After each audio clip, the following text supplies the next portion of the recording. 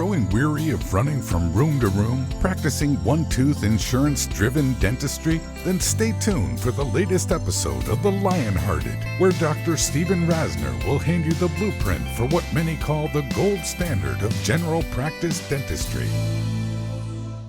Hi everyone, Dr. Steve Rasner here, and welcome to the Lionhearted Dental Podcast.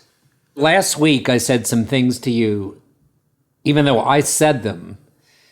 After the podcast was over, I really kept thinking about them, and sometimes I hit on things that I like more than others, and I really want to go over a couple things I said last week. And if you weren't involved in that, if you didn't see that podcast, I spoke about, for example, a situation where a dentist had written to me and one of his employees, a dental assistant, had asked for a significant raise, a $5 an hour raise. Which, honestly, I've been in practice for 41 years, and I don't know that anyone's ever asked me for a $5 an hour raise at one time. And it got me into the discussion about what's happened to industries in general, but particularly dentists. Anybody that needs staff, restaurants, just everybody's been affected by the shortage of labor in the post-pandemic, including dentists. And there is a shift and a change of what ownership is willing to do to get people. And to tie that up briefly, I made the position that I wouldn't cave to that. I wouldn't do things differently that I had done before.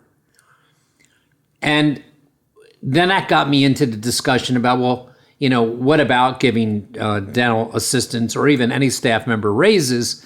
And I made the point that the time that you have not received a raise has nothing to do with when you're going to get a raise. There's many of my colleagues listening right now that haven't been able to increase their pay in years for a number of reasons. Maybe they've hit a plateau in their practice and they're trying to fix that. And I'm going to come back to that in a minute, by the way. And here's the point I wanted to get to. At one point in that podcast, I remember saying to the dental assistants that might be listening to this podcast that what you need to do is increase your skill set so that you bring more productivity to the practice. And that indeed is worthy of increased compensation. And then I further made the point that you could be a dental assistant or a dental hygienist, and by the way, a dentist, for 25 years and not be that much more skillful than you were when you started. You may be very good at the same things you've been doing for 25 years. But unless you took education to do them better or added skill sets along the way, you're just a 25-year-old horizontal non-growth employee. And I said that and this is the point that I wanted to make, and I really want it for the entire staff, because it's so true what I'm about to say. You don't get better by just putting time in. You get better by putting extracurricular time in. I don't care if you've been a doctor for 20 years or a dental assistant. Tell me about what else you've done to improve your skill sets. Tell me about the times that you took a weekend out of your life. I mean a lot of weekends. And you took a course where somebody somewhere in our industry knows how to do things better than you do. And you paid for that. And that's not even enough. Then you took the skill sets back to your office or your home.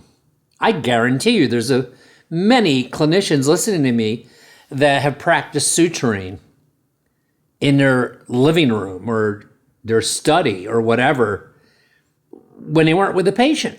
And so what I want to talk to you is about today, you need to ask yourself how much you're willing to be successful. Don't turn this off. are you doing enough? And I'm talking right now, if you're in dental school, no, you don't have to start that yet, but your time is coming when you graduate. But if you're out, if you're an associate, for sure. If you're opened up a practice in the last couple of years, I've always said on these podcasts that I want a new dentist. I'd recommend that a new dentist keep his overhead low, his credit cards low, and his credit scores high. To live under your means, below your means for those first 10 years pays a lifetime of dividends. I know it's not sexy, man. I didn't do it. And you will pay for so much longer if you get out and overspend. If you buy, and I so get it. I'm one of you. And I did that. I so get the desire to want a new car when you've been taking buses or subways or been driving that 20-year-old clunker, probably since college, right? And now banks are willing to give you money for whatever you want. The BMW, the Mercedes, the Lexus, whatever. Not only that, you can get your first house. And the temptation is just intoxicating. I get it. So I've always urged you not to give in to that. And the reason I talk like this is because through my travels of meeting so many successful dentists in my career, the most successful ones were the least flashy, particularly in the beginning of their careers. Now, I didn't do that. I've told you that. And I still ended up okay, but I'd spent a lot more time to get to okay than the other dentist I'm referring to that had discipline. So that said, the reason I'm telling you that, the one area that I would tell you to borrow, the one area I would tell you to put on a credit card is training yourself, because there's simply no substitute in the world in any industry, obviously including ours, for skills. And the only way to acquire those skills is extracurricular energy activated by you when you're not in your operatories. It's just the way it is. And so I thought of I looked up some sayings that for my speeches, and some of you may not know this, but in the early years of my speaking 24 years ago, I was pretty much a motivational speaker. Sometimes I would get hired to do events outside of dentistry where I wasn't even speaking to dentists, just to motivate them. It was cool. I didn't intend it to be that way. And I had a lot of cool things. And if you looked in my library that's 20 feet from me right now, you would see just dozens and dozens of motivational stories and books I used to buy. So one of my sayings that I love is, when you're not training, someone somewhere else is. And when you two meet, they will win. And what that means is simply, maybe that net result means there really is a better dentist or several better dentists in your town because you haven't made the commitment that they made. No one simply comes out of dental school and becomes great without a lifetime commitment to CE. I don't care if you were number one in your class. I remember when I graduated dental school, and one of the best dentists in our county, and this guy used to put secondary anatomy in IRM temporary fillings. And he didn't continue to train, and he was no longer the most successful dentist in our community because it had a lot of young dentists in it, including me.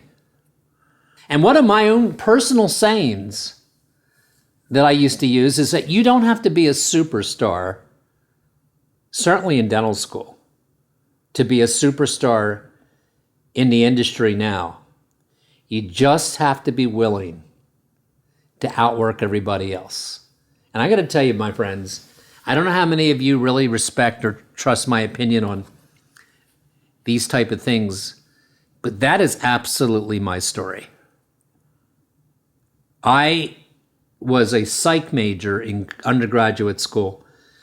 So when I got to dental school, as we all remember, and you take a half a dozen sciences at one time, and I was taking them at the University of Pennsylvania in 1976, where most of the colleagues of mine were bio-sci majors, so they had some of this before. I had never had any of that before, other than the minimum requirements of getting to dental school. And I got my butt handed to me, man. Before I could blink, I was in the bottom fifth of my class. I just tried so hard. These guys were smart anyway. I mean, even though they had a lot of this material prior, they were just brilliant, in my opinion. You know, maybe I suffer from that Harvard syndrome where 25% of the Harvard freshman class thinks that they made a mistake, that they don't really belong in that school. I don't know. Maybe it was that bit. All I know is before I could blink, I was behind everybody else. And so by the time I graduated, I didn't get offers from high-end GP residency programs, or let alone postgraduate in perio or some other specialty, because I didn't deserve it based on my grades, to be quite honest.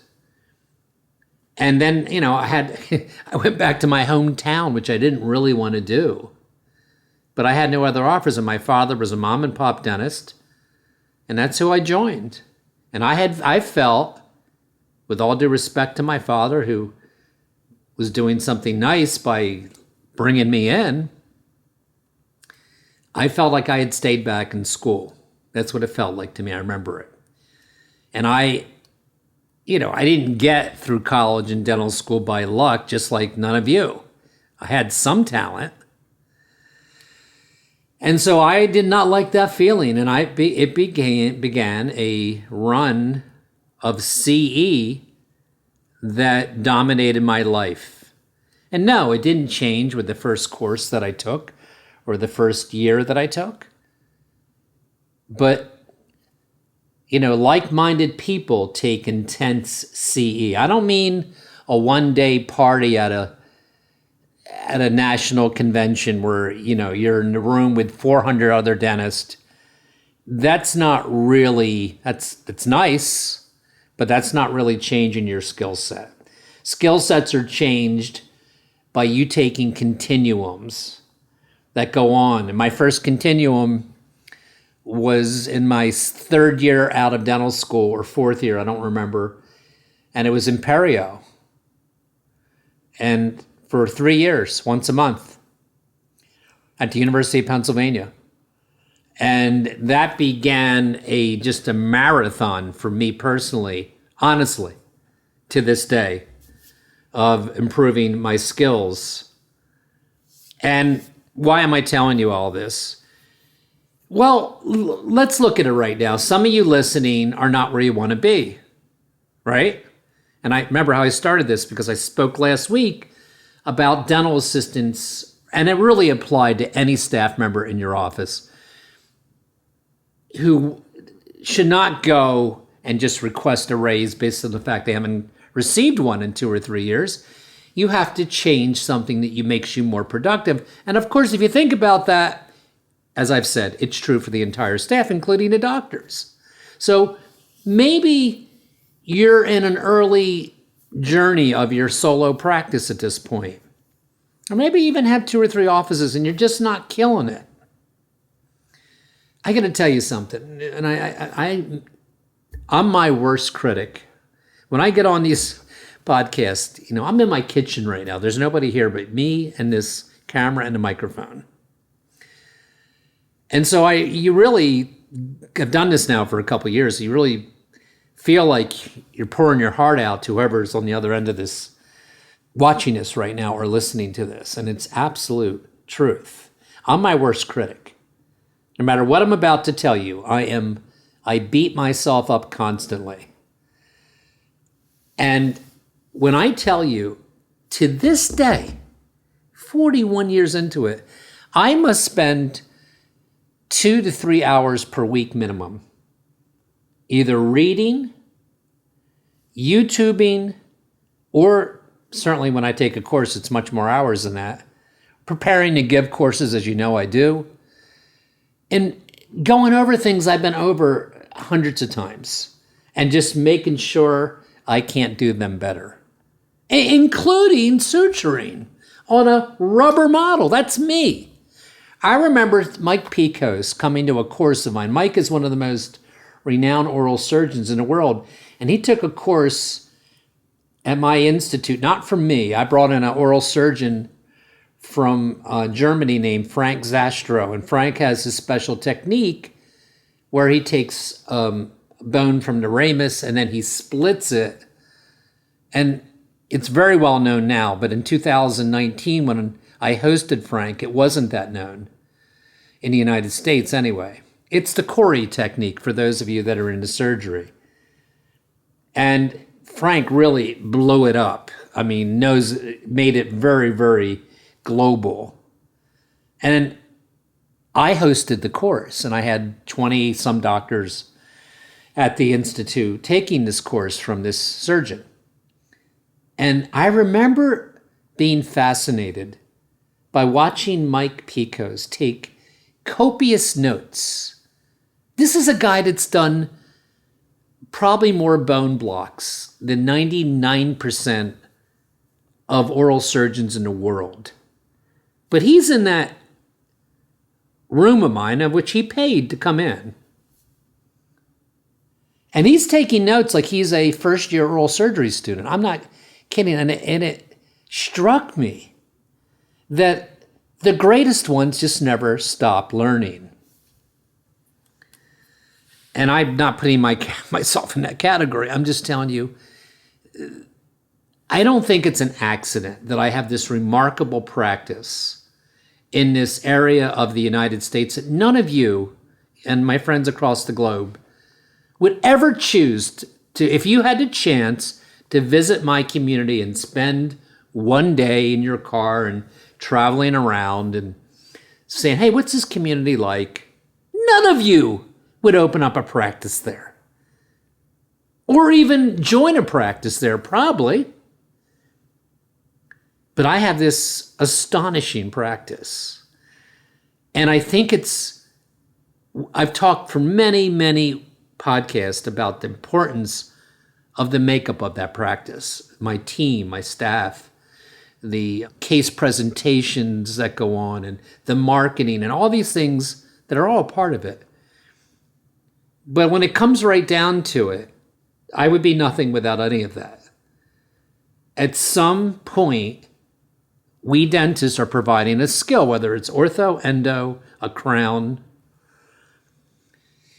And does that patient interpret that product, that end service, to be superior to where they had work done before? Significantly. So much so that they would go out and network to get it again. And they would recommend their friends to go out and network to have skills provided by you. What I am saying to you right now is the essence of everything from the Lionhearted, right this second. And I'm trying to make sure you know that it requires a sacrifice, a consistent sacrifice by you to improve your skills, whatever part of dentistry you're focused on.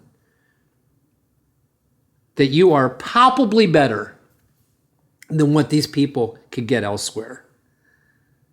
And I want to tell you, and I also talked last week about, I called it the money thing, right? Where I said how uncomfortable so many of us are and how I get around that. I mean, because think about it. When I walk in my office, it's very clear to me that the patients that are there know where they're at. Nobody walks in and says, oh my God, your crowns are what? It's still uncomfortable to me because it just is. I don't know. But I've managed it, and you will manage it when you come to terms with the belief that you really are providing a superior service for the people that choose to come to you than they could get anywhere else. So it's justifiable. And that didn't happen by accident. It happens by consistent commitment. And I also want to say to you before I tune out that knowing, this is a quote from somebody I don't know, but it's very relevant to this talk. Remember this. Knowing is not enough. You must apply what you know. Willing is not enough. We must do. So just because, and I tell you something, I don't, this is probably not going to sound nice to some of you. I talk about the importance of attitude. I've always said that. I've said if I have 2 dental assistants, 2 hygienists, 2 office managers with equal skills, I'll take them on with a better attitude. And that is true. And that's what I think you should follow. I will tell you a tale, however, that I've learned, and I never stop learning. I learned this last 9 months. So I hired a new dental assistant who's had 25 years experience. She is professional. She looks professional. She is reliable. Never calls out. Sometimes we've had to call her in when she wasn't scheduled, and she's come through. And I so respect that. I can't tell you. I covet that. We all do. But she's not growing, not a bit. I don't even understand it because I've never really witnessed it before. No matter what I've taught her, no matter how I teach it, it's as if I never taught her that before when the next time we do that procedure comes around. So knowing is not enough. You have to be able to apply what you know. And the will, which she has, is not enough either. I'm telling you that because it's going to put her in a vulnerable situation if I can't get a change. And it's really true if you think about it for all of us, not just this. It's real. I guess that's why I'm sharing the story with you. It's so frustrating to me. I don't know if you can imagine. Maybe some of you can relate to this, but it's like, something as simple as mixing cement or a core buildup protocol that we've done at this stage probably 100 times in the 6 months this employee has been with me, and it's as if we never did it, even that we did it yesterday. And it's really true for everybody in the office. And that simply means to me that you haven't outworked. Remember I said, the secret for me, it's no doubt to me that I'm not this super talent. I'm not. I just outwork myself. I just refuse to not keep trying. So just remember a couple things before I go. And I know these sound, like they're not real, but they are real. We all have read novels or know about the famous writer Stephen King. Stephen King, everybody knows that? His first novel that he ever wrote was kicked back to him. It was rejected 30 times. That's Stephen King.